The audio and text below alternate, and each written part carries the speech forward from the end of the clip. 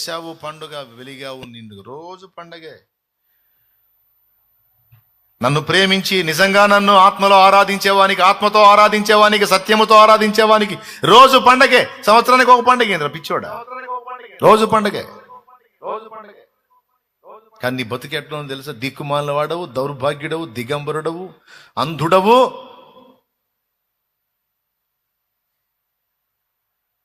సిగ్గుమాలిన వాడవై ఉన్నావని ఎరుగక, నేను ధనవంతుడను, ధనవృద్ధి చేసుకుంటున్నాను అని వెలిచూపులు కనపడుతున్నావా? అంజూరపు ఆకులు గల చెట్టులాగా. అంజూరపు ఆకులు గల చెట్టు, అంజూరపు కాయలు కలిగిన చెట్టు కాదు. పచ్చ కనపడుతున్నావు ఎదుటి మోసం చేయటానికి. నీ బతుకు జనాలకు తెలియకపోవచ్చు, నాకు తెలుసు. నువ్వు జనాల ముందు వస్త్రం కప్పుకున్నావు, నా ముందు నీ బతుకు దిగంబరంగా ఉంది. ఏందన్నయ్య, ఆదాం హవ్వల దగ్గర నుంచి ఎడకొచ్చి ఇట్ట తిడుతున్నావు అనుకోవద్దు. ఆనాడు వాళ్ళ దిగంబరులు, ఆ దిగంబరత్వం వాళ్ళు ఇక్కడ కనపడింది, అందుకని చెప్తున్నానులే. దేవునికి స్తోత్రం, హల్లెలూయా. వాళ్ళేమో మంచి చెడ్డలు ఎరుగని స్థితిలో వాళ్ళు దిగంబరులుగా ఉన్నారు. ఎరిగిన తర్వాత వాళ్ళు సిగ్గు కప్పుకున్నారు. ఇప్పుడు ఎరిగిన స్థితిలో ఉండి కూడా సిగ్గుమాలిన బతుకుతున్నప్పుడు మరి దేవునికి మనం దిగంబరులుగానే కనపడతాం. మళ్ళీ మనం చూసుకుంటే వస్త్రాలు ఉంటాయి. దేవతా వస్త్రాలను ఒక స్టోరీ చెప్తాను చూడండి. అట్ట చేశాడు సైతాను మనల్ని, అట్ట చేశాడండి. ఏం లేదు, దేవుడు మనల్ని చూస్తే నగ్నత్వం. అందుకే ఆయన చెబుతున్నాడు, ఆమేననువాడు నమ్మకమైన సత్య సాక్షియు, దేవుని సృష్టికి ఆదియునైన వాడు. అంటే తన్ను గూర్చి తాను ఏదన్నా జరగాలంటే నేను పలికితే జరిగిద్ది. సమస్తానికి ఆరంభం నేను, ఆది నేను, స్టార్టింగ్ నేను, మెయిన్ నేను, అన్నీ నేను, నమ్మకస్తుని నేను, సత్యసాక్షిని నేను, అన్ని నేనై ఉన్నాను అని ఎందుకు తన్ను గూర్చి తాను నేను మెయిన్ అని చెప్పుకున్నాడు? అంటే ఈ సంఘం దేవుణ్ణి చివరిలో పెట్టింది. ఈ సంఘం దేవుణ్ణి చివరిలో పెట్టింది. కొన్ని పెళ్ళిళ్ళు అంతే చేస్తారు కొంతమంది, కొన్ని పెళ్ళిళ్ళు అంతే చేస్తారు. వాళ్ళ దరిద్రపు కార్యక్రమాలన్నీ ముందు చండాలమంతా చేసి ఏడాది డ్యాన్స్ పార్టీలన్నీ అయిపోయి, ఏడాడ గలీజ్ వ్యవహారం అంతా అయిపోయిన తర్వాత పాస్టర్ గారు రెండు ముక్కలు వాక్యం చెప్పి పెళ్లి చేసేసేయండి అంట.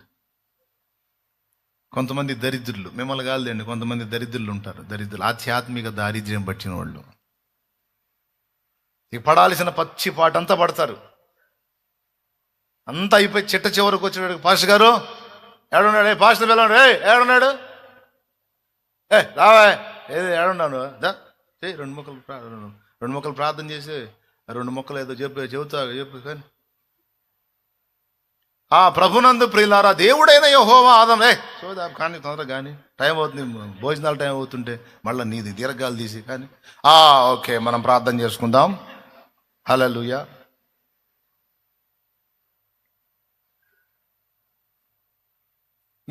వీళ్ళని ఏమనాలి? ఈ టైప్ వాళ్ళని ఏమనాలి? ఈ టైప్ వాళ్ళని ఏమనాలండి? ఇలాంటి వ్యక్తులు ఎవరైనా సరిదిద్దుకోవాలి. వీళ్ళు ఎక్కడ పెట్టారు యేసుని? ప్రారంభంలో పెట్టారు, చివర పెట్టారా? పెళ్లిలో చివర, క్రిస్మస్లో చివర, బతుకు అంతట్లో చివరే, సంఘ క్రమాల్లో చివర. దేవుడు ఏమంటున్నాడు? లవోదికే మెయిన్ నేను రా అంటున్నాడు. కొన్ని సంఘాలు అయితే యేసు ప్రభుని సంఖలో పసిపాపం చేసి పెట్టారు. ఎప్పుడన్నా చూడు యేసు బాల చేసే, ఎప్పుడు పెద్ద యేసుగాడు, ఎప్పుడు చిన్న యేసే.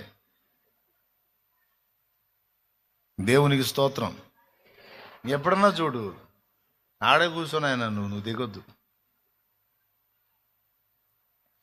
ఉయ్యాల్లో తొట్లో వేసి ఊపటమే. ఎప్పుడన్నా చూడు బజ్జో కన్న ఇమ్మానుయేలు, నన్ను గన్న చిన్నారి యేసు, కన్యమరియా ఉరియా కలలెన్నో గండు బజ్జో కన్న ఇమ్మనీలు నన్ను గన్న చిన్నారి యేసు కన్యమరియా ఉదియా కలలెన్నో గండు బజ్జో కన్న ఇమ్మనీలు నన్ను గన్న చిన్నారి యేసు.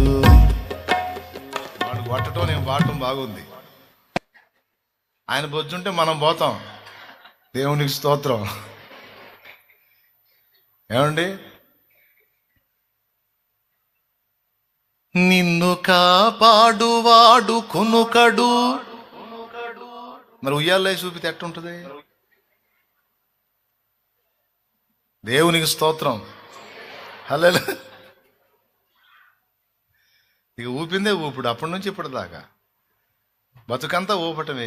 ఏంటంటే ఎరా నేను పెద్ద కావద్దంటే ఊరుకో ప్రభు, నువ్వు పెద్ద నువ్వు అక్కడే ఉండాలి, నేను ఊపుతా ఉండాలి. సంవత్సరానికి ఒకసారి నీకు గుడి చేసి పాకేసి పాకలో నిన్ను వండుకోబెట్టి ఊపుతా ఉంటాను. నువ్వు నోరు మూసుకొని వెళ్ళకుండా అంతే.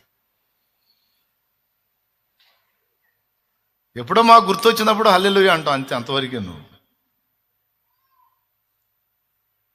నేను చెబుతుంది ఒట్టి మాటలా? ఇలా లేదా పరిస్థితి? యేసునేమో బయట పెట్టేశారు. మొత్తం జరుగుతున్న తతంగం అంతా యేసు పేరు మీద జరుగుతుంది, కానీ ఆ యేసుకి దానికి సంబంధం లేదు. నేనేం చెబుతున్నాను, మీరేం చేస్తున్నారు, ఏ మాదిరి చూపించాను, మీరు ఎలా బ్రతుకుతున్నారు? బాధ అల్లాడిపోతున్నాడు ఆయన. ప్రియులారా, మనుషుల ముందు మనం పైన 3-4 వస్త్రాలు ధరించి కప్పుకొని కనపడవచ్చు, కానీ దేవునికి మన దిగంబరత్వం కనపడుతుంది. ఆ దిగంబరత్వాన్ని కప్పటానికి యేసు తన దేహమును పణంగా పెట్టాడు. మారు మనసు లేనప్పుడు, మారు మనసులోనికి వచ్చినప్పుడు ఆయన రక్తముతో మన పాప దోషములన్నిటినీ కడిగి పరిశుద్ధపరిచి ఆయన పరిశుద్ధ వస్త్రమును, రక్షణ వస్త్రమును మనకు కప్పాడు. కానీ లవోదీకయ సంఘం దాన్ని మళ్ళా పోగొట్టుకుంది. వాస్తవంగా దేవుడు ఆ మాట అనకూడదు, ఎందుకంటే మనందరి మీద రక్షణ వస్త్రం కనపడాలి. కానీ లవోదీకయ సంఘానికి ఏమంటున్నాడు తెలుసా? దౌర్భాగ్యుడు అంటున్నాడు. అంటే భాగ్యం పోగొట్టుకున్నవాడు అని అర్థం. దౌర్భాగ్యుడు, భాగ్యం పోగొట్టుకున్నవాడు. దిక్కుమాలినోడు అంటే అర్థం ఏంటో తెలుసా? ఉన్న దిక్కును కోల్పోయినవాడు. మనందరి దిక్కెవరు?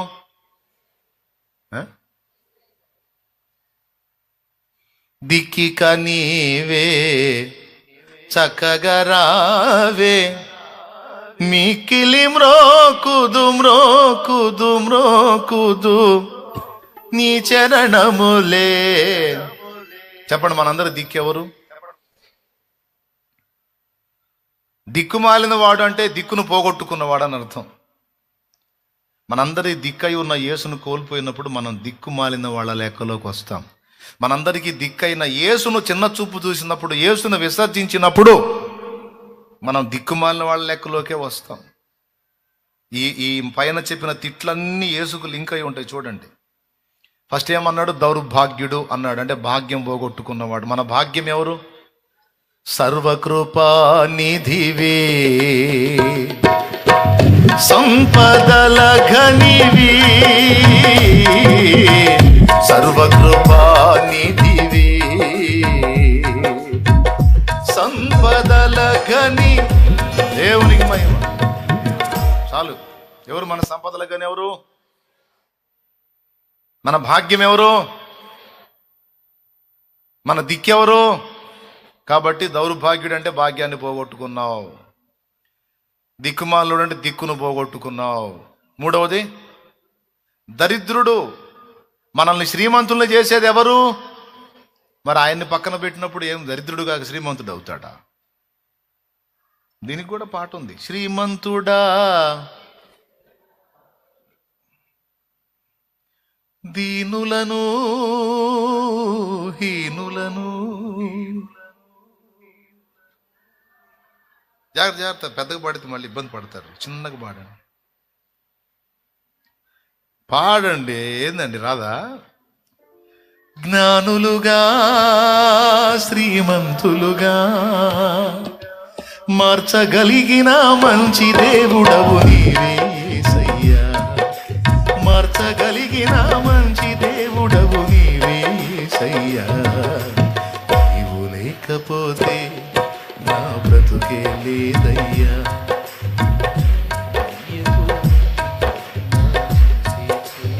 దేవునికి మహిమ.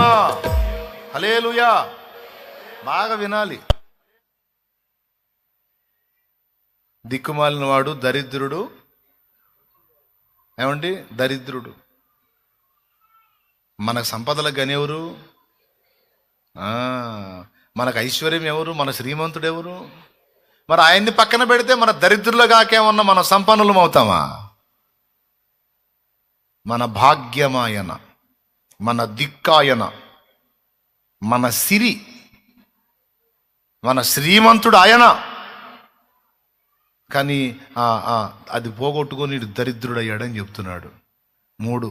4వది, గుడ్డివాడు. మన కళ్ళను వెలిగించినోడు ఎవరు?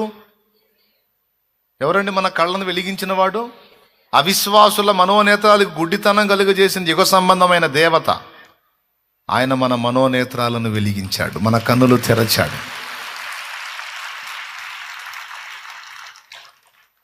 దేవునికి మహిమ కలుగునుగాక.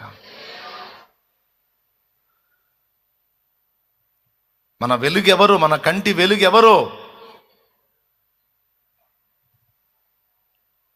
ఆయన్ని పోగొట్టుకున్నప్పుడు ఈ గుడ్డోడు కాక మంచోడు అవుతాడా? మన దృష్టే ఆయన అయితే,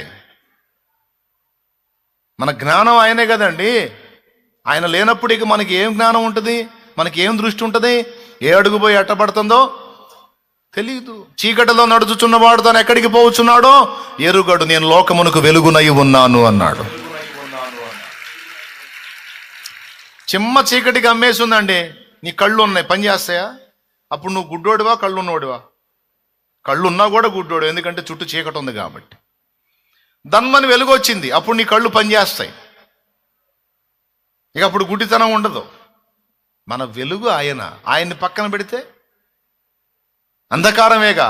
కళ్ళున్న గుడ్డోళ్లేగా, చూస్తానే తిరుగుతూ ఉంటారు. కానీ ఎటుపోయి ఏం చేస్తున్నారో, ఎటుపోయి ఏం పడుతున్నారో, ఏది రైటో ఏది రాంగో ఏం తెలియదు.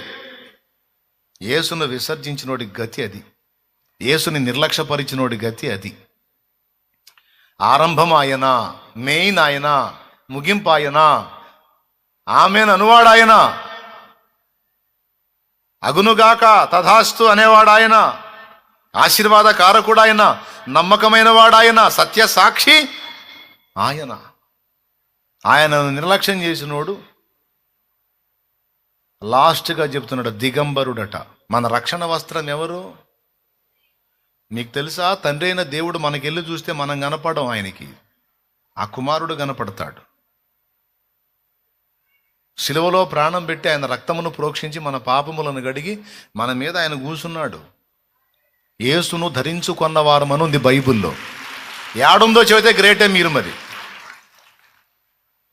3 అంకెలు లెక్క పెడతా. మరి పాస్టర్లకు కూడా సవాల్, యేసును ధరించుకున్నవారని. సెల్ ఫోన్లో చూస్తే మర్యాద కాదు. మళ్ళీ ఆ టైటిల్ కొట్టగానే సెల్ ఫోన్లో వచ్చింది. ఈ సంగతి మాకు కూడా తెలుసు. షోలాపి ఎక్కడుందో తీయాలి. చెప్పు పెద్దగా.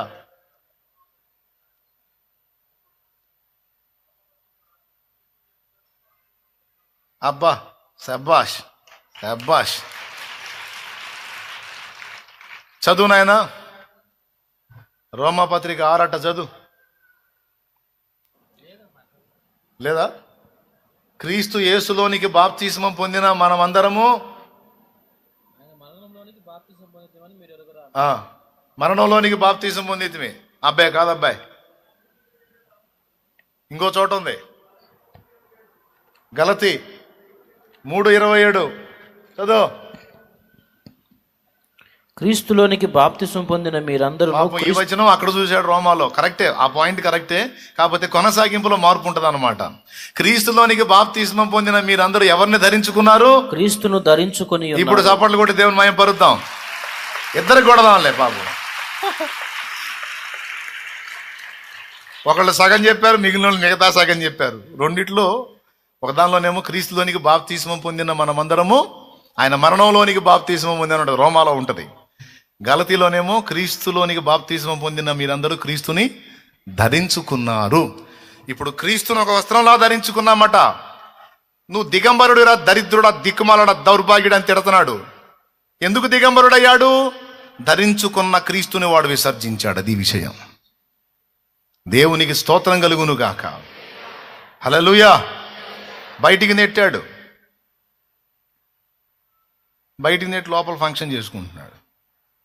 మళ్ళీ బిల్డప్ ఏంటి, ఐఎమ్ ఒరిజినల్ క్రిస్టియన్ సార్, నేను ఒరిజినల్ సార్, నేను అసలు ఏదనుకున్నా, చూడు నా గెటప్ చూడు సార్.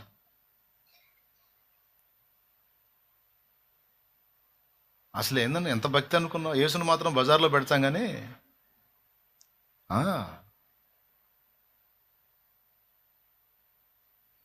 సకల సంఘాలలో ఉన్నటువంటి లోటుపాట్లన్నీ ఎత్తి 7 సంఘాల్లో రాశాడు. అందులో ఒకటి లవోదికయ. యేసును విసర్జించి, యేసు దేవత్వాన్ని తృణీకరించి, యేసు యొక్క ఆధిక్యతను, యేసు యొక్క ఔన్నత్యాన్ని, యేసు యొక్క ఇంపార్టెన్సీని తగ్గించిన ఏ సంఘమైన లవోదికయ సంఘమే.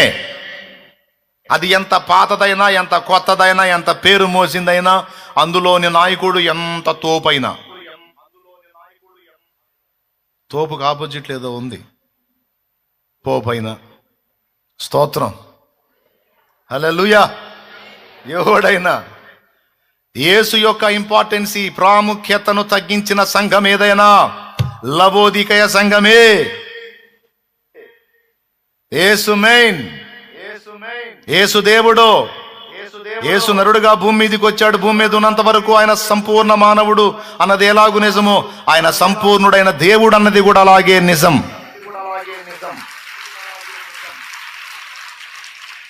యేసు రక్తము పరిశుద్ధ రక్తము, దైవ రక్తము. దీన్ని కాదని బోధించే సంఘము, ఆ బోధన నమ్మే సంఘము లవోదికయ అనుభవంలో ఉంది. యేసుగాక ఇంకొకళ్ళు ఉన్నారు. ముందు వారిని గౌరవించి తర్వాత యేసుని గౌరవించాలని, యేసుని సెకండ్లో పెట్టి మొదట్లో ఇంకొకళ్ళని పెట్టే సంఘం కూడా లెక్క చెప్పాలి. అది కూడా లవోదికయ అనుభవంలోనే ఉంది. అది ఎంత పేరు మోసిన సంఘమైనా, ఎంత పాత సంఘమైనా.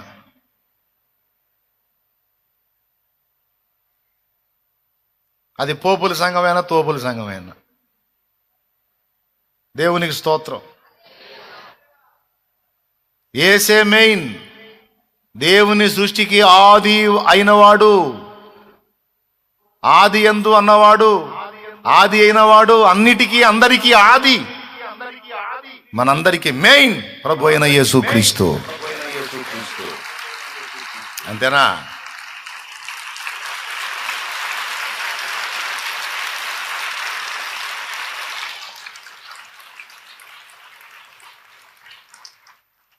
ఏ సంఘం మీద నాకు ద్వేషం లేదు. అన్ని సంఘాల్లో కాస్త కూస్తో భక్తి కలిగిన వాళ్ళు, నీతిమంతులు లేకపోలేదు. కానీ ఏం చేద్దాం, కొన్ని సంఘాలు మరీ బరి తెగించి అడుగులు ముందుకేసి యేసు ప్రభు సాక్ష్యాన్ని, రక్తాన్ని, ఆయన ప్రాముఖ్యతని, ప్రథమత్వాన్ని కొంతమంది మేము ఆయన ప్రథమత్వాన్ని ఏమి ఇబ్బంది పెట్టలేదు, హ్యాపీ, సంతోషం. మా బాధ అంతా ఏంటంటే లవోదికయ అనుభవంలోకి రావద్దు, లవోదికయ అనుభవంలోకి రావద్దు. స్మరణ, ఫిలదెల్ఫియా అనుభవాల్లో నిలబడండి, ధన్యులవుతారు. మీరైనా మేమైనా అందరం ఎత్తబడదాం, ఆయన రాకళ్ళు ఎత్తబడేటట్టు సిద్ధపడదాం. అంతే. అందరి క్షేమాన్ని కోరే తప్ప ఎవరినో ఎగతాళి చేయాలనో వెటకారం చేయాలనో కాదు. కొంతమంది తృణీకరించి మాట్లాడుతున్నారు కనుక కొంచెం ఘాటైన వ్యాఖ్యలు తప్పనిసరి. అందరికీ ప్రేమతో చెప్తున్నాను. దిగంబరుడు ఎందుకయ్యాడు? గలతీ 3లో చెప్పినట్టు క్రీస్తును ధరించుకున్నవాడు దిగంబరుడు ఎందుకయ్యాడంటే క్రీస్తును విసర్జించినందున దిగంబరుడయ్యాడు.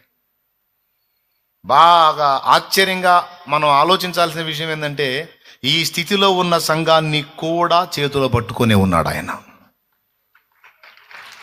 అది ఆశ్చర్యపోవాల్సినటువంటి పరిస్థితి. సోదరులారా, ఇంకా దేవుడు ప్రేమిస్తానే ఉన్నాడు, ఆలోచిస్తానే ఉన్నాడు, సంయమనం పాటిస్తానే ఉన్నాడు, దిద్దుకోమని సహాయం చేయడానికి సిద్ధంగా ఉన్నాడు, మారు మనసు పొందమని పిలుపునిస్తానే ఉన్నాడు. మనుషుల ముందు మనం అన్ని కప్పుకున్నట్టు కనపడవచ్చు, దేవుని ముందు మన దిగంబరత్వం కనపడకుండా ఉండాలంటే క్రీస్తును విసర్జించకూడదు, క్రీస్తును కలిగి ఉండాలి. ఆది కాండంలో మనకు అది స్పష్టపరచబడుతుంది. సరే, ఇక ఈ ప్రకటన గ్రంథం మ్యాటర్ పక్కన పెట్టి ఇప్పుడు మెయిన్కి పోదాం. మళ్ళీ దేవునికి స్తోత్రం కలుగును గాక. దిద్దుబాటు సందేశం అయిపోయింది. ఇప్పుడు ఇక నెక్స్ట్ పాయింట్ ఏందో చూద్దాం. ఎంతమందికి అర్థమైంది?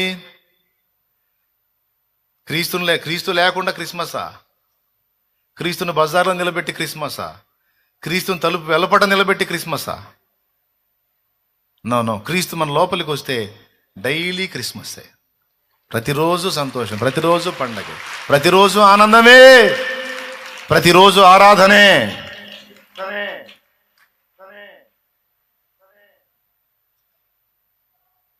ప్రతిరోజు ఆరాధనే. దేవుడు మన విషయంలో ఎంత శ్రద్ధ కలిగి ఉన్నాడండి. ఎంత ఇప్పుడు నిన్ను నేను ఉమ్మేస్తానా అంటాడా? మళ్ళీ చేతిలోనే పట్టుకున్నాడు. ఇక్కడ కూడా మళ్ళీ అదే, నేను చంపేస్తా అంటాడు, ఆడు చంపలా. ఆయన వదిలిపెట్టి జంతువుని చంపి దాని చర్మమే తీసుకొచ్చి చొక్కా తొడిగి వాళ్ళిద్దరి సిగ్గు కప్పాడు. ఒకళ్ళది కాదు, ఇద్దరు సిగ్గు కప్పేశాడు. ఆనాడు దేవుడే చర్మపు చొక్కాలు చేయించి మరి వాళ్ళ సిగ్గు కప్పితే ఇప్పుడు కొంతమంది ఆ సిగ్గు వదిలేసి తిరుగుతున్నారు, బయట కూడా తిరుగుతున్నారు, ఆధ్యాత్మికంగా తిరుగుతున్నారు, బయట కూడా తిరుగుతున్నారు. కొంతమంది వదిలేశారండి, సిగ్గు వదిలేశారు. స్త్రీలు కొంతమంది వదిలేశారు, పురుషులు కొంతమంది వదిలేశారు. అందరూ కాదు, కొంతమంది వదిలేసేశారు అసలు. అరే ఒంటి నిండా నేను బట్ట కప్పుకోవాలి, శుభ్రంగా కనపడాలి, జాగ్రత్తగా ఉండాలి, కప్పుకోవాలి అనే ఇంకితమే వదిలేశారు. ఎట్లా పడితే అట్లా బట్టలు కట్టుకుంటా ఉన్నారు. దేవుడు చక్కగా చర్మపు చొక్కాయలు చేయించి మరి వాళ్ళ సిగ్గు దేవుడు గప్పితే వీళ్ళు తీసేసుకొని తిరుగుతున్నారు. ఆ స్థితిలో ఎవరు ఉన్నారు? సరి చేసుకోండి అమ్మా. మళ్ళీ ఈ సిగ్గు వదిలేసి బతుకుతూ కూడా మళ్ళీ హల్లెలూయా స్తోత్రం, హల్లెలూయా స్తోత్రం. అన్యజనులలో దేవుని నామం దూషణ పాలు చేస్తూ ఒక పక్క మళ్ళా దేవుని మయంపరుస్తున్నట్టు కనపడటం, ఇది సరిచేయబడాలి. దేవుడు ఇంకా నిన్ను ప్రేమిస్తున్నాడు. నీ మారు మనసుని అపేక్షిస్తున్నాడు. నా మారు మనసుని కోరుకుంటున్నాడు. మనం మార్పు చెందాలి.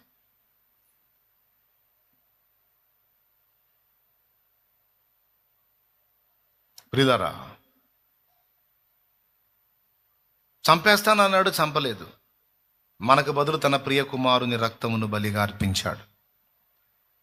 ఇక్కడ నిన్ను ఉమ్మేస్తానంటాడు, చేతిలోనే పట్టుకున్నాడు. ఆ మాట చెప్పాడు. 7 నక్షత్రములు తన కుడి చేత పట్టుకొని 7 దీపస్తంభముల మధ్య సంచరించువాడు చెప్పు సంగతులు ఏవనగా. ప్రకటన గ్రంథం 2:1 చెప్పేశాడు. అంటే 7 నక్షత్రాలు అంటే 7 దూతలని చెప్పాడు.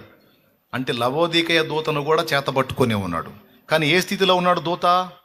దిక్కుమాలిన వాడు, దరిద్రుడు, దిగంబరుడు, దౌర్భాగ్యుడు, గ్రుడ్డివాడు అయి ఉన్న స్థితిలో ఉన్నవాణ్ణి కూడా చేత పట్టుకొనే ఉన్నాడు. నేను అందుకే చెప్తున్నాను, అన్ని సంఘాలను దేవుడు చేత పట్టుకొని ఉన్నాడు. మారు మనసుకు సమయం ఇచ్చాడు. మారు మనసు పొందమని పిలుస్తున్నాడు. ఆయన ఇంకా అన్ని సంఘాలను ప్రేమిస్తున్నాడు. అందరికీ దిద్దుబాటు చెప్తున్నాడు, సరి చేసుకోమంటున్నాడు, సత్య విషయంలో రోషం కలిగి ఉండమంటున్నాడు, రాజీ పడొద్దని చెప్తున్నాడు, దుర్బోధకు తావివద్దని చెప్తున్నాడు, తన వాక్యాన్ని ధ్యానించమని చెప్తున్నాడు, మంచి మనస్సాక్షితో వాక్యాన్ని చదవమని చెప్తున్నాడు.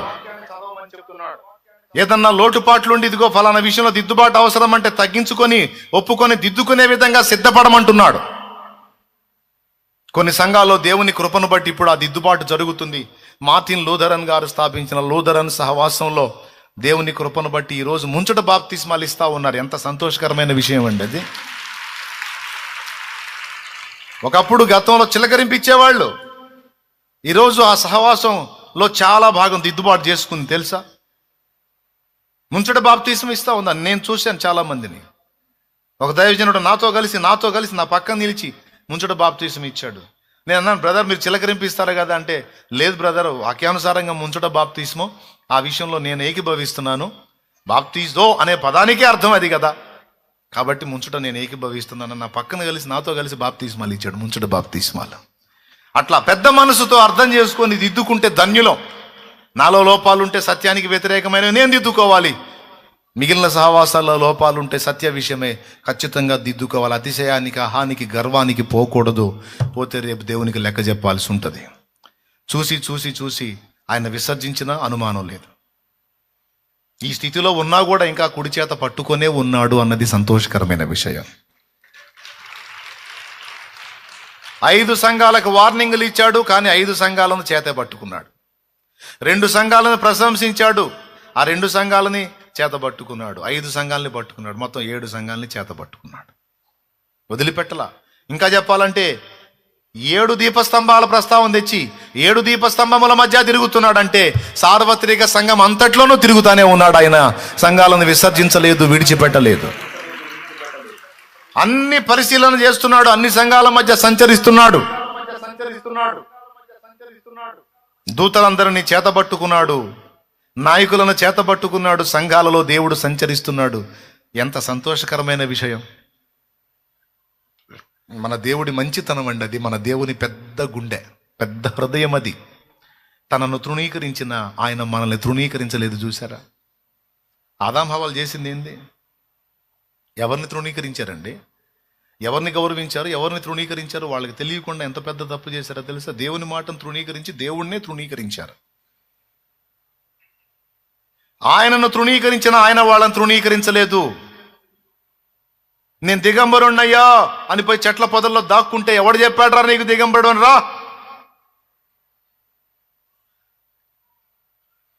అడ్డదిడ్డమైన గడ్డి తినే చేష్టాలన్నీ చేసి, అడ్డదిడ్డమైన పాపాలన్నీ చేసి, దేవా నాకు మొహం చెల్లట్లేదయ్యా నీ దగ్గరికి రావడానికంటే ఆయన ఏమని కేకేస్తున్నాడు తెలుసా? ఎవడు చెప్పాడ్రా? రా రా, నా రక్తంతో కడుగుతాను రా, నిన్ను శుద్ధి చేస్తాను రా, మారు మనసు పొందుతూ కానీ రా. నన్ను తృణీకరించి ఏదో వేసావు, బుద్ధిహీనమైన అడుగులు, బుద్ధిమాలిన అడుగులు. నన్ను తృణీకరించి వేసావు, కానీ నేను నిన్ను తృణీకరించాను నా కుమారుడు. రా. తప్పిపోయిన కుమారుడు తండ్రిని తృణీకరించి వెళ్ళిపోయాడు. వాడు తిరిగి వచ్చినప్పుడు తండ్రి తృణీకరించాడా? తృణీకరించలేదు. వాని మెడ మీద పడి ముద్దులు పెట్టుకున్నాడు. అది తండ్రి గుండె, మన దేవుడి గుండె అది, మన దేవుడి మనసు అది, మన దేవుని హృదయం అది. మన చర్యలతో, మన ప్రవర్తనతో, మన క్రియలతో పలుమార్లు మనం ఆయనను తృణీకరించిన ఆయన ఇంతవరకు మనల్ని తృణీకరించలేదు, మనల్ని త్రోసివేయలేదు, మనల్ని అసహించుకోలేదు, నెట్టివేయలేదు. ఇంకా మనల్ని కుడి చేత పట్టుకొనే ఉన్నాడు. అది ఆయన మమత.